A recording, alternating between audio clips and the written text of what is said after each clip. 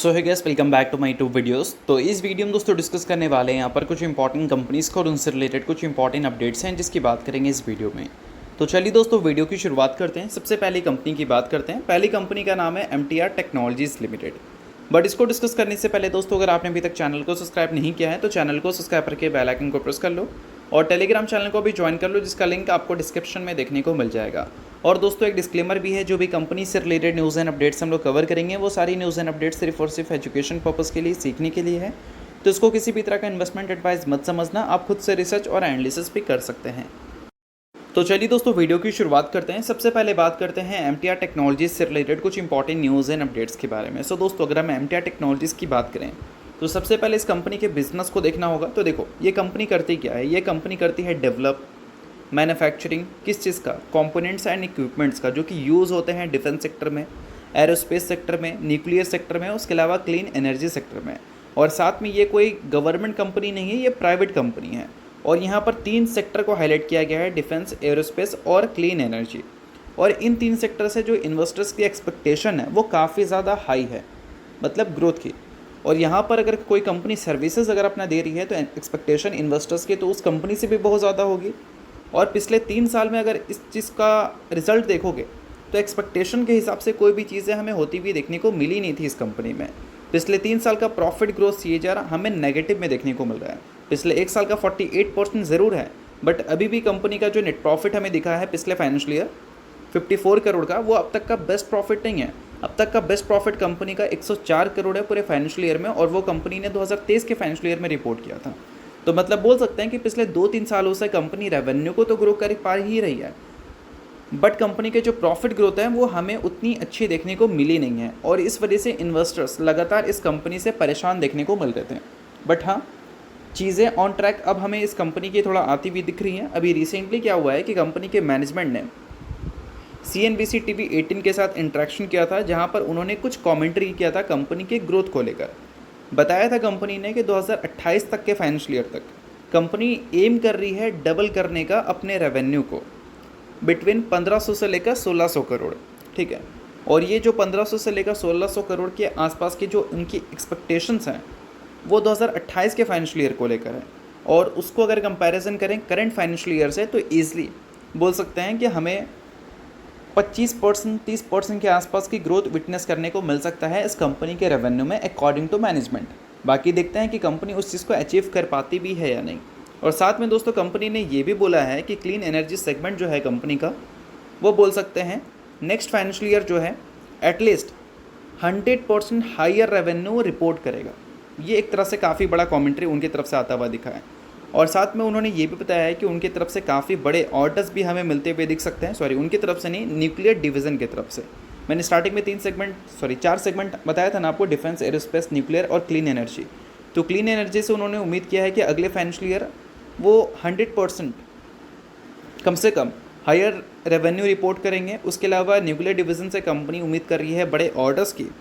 और साथ में दोस्तों कंपनी जो है ये भी बता रही है कि कंपनी की जो कैपेसिटी है वो इनफ है टेक्नोलॉजीज़ और इंक्रीमेंटल ऑर्डर्स को हैंडल करने के लिए।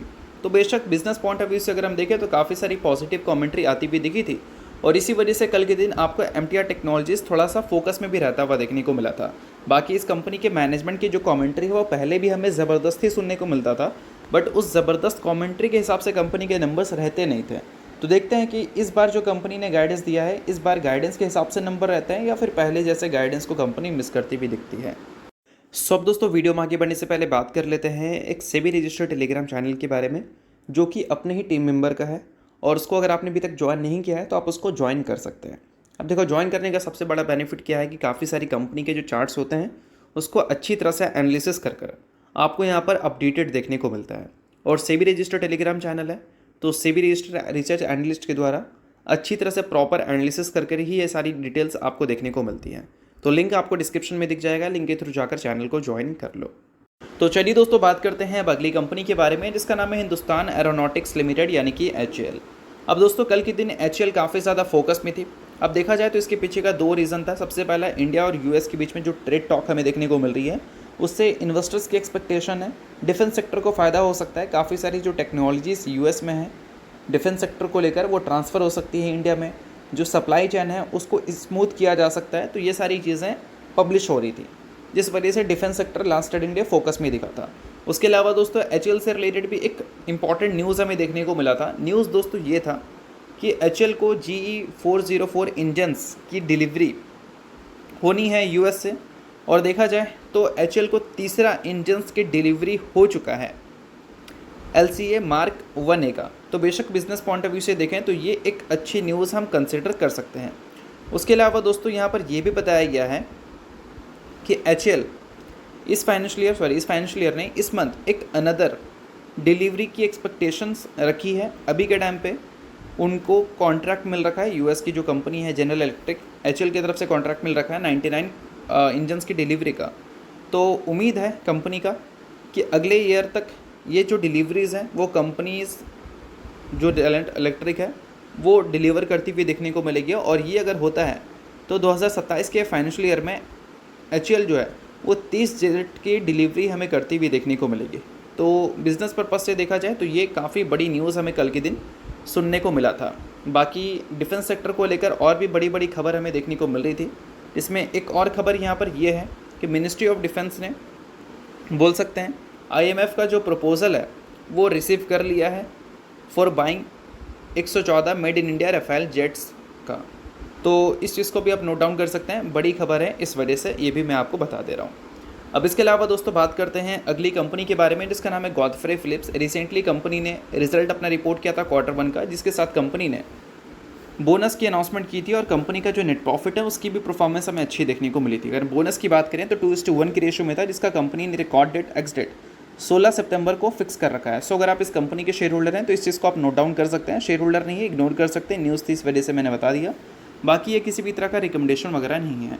तो चलिए दोस्तों इसके अलावा बात करते हैं अगली कंपनी के बारे में, जिसका नाम है Dixon technologies limited.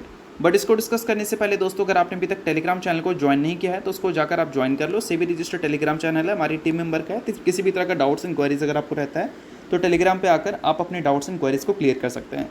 Link description में दिख जाएगा, लिंक के थ्रू जाकर ज्वाइन कर लो।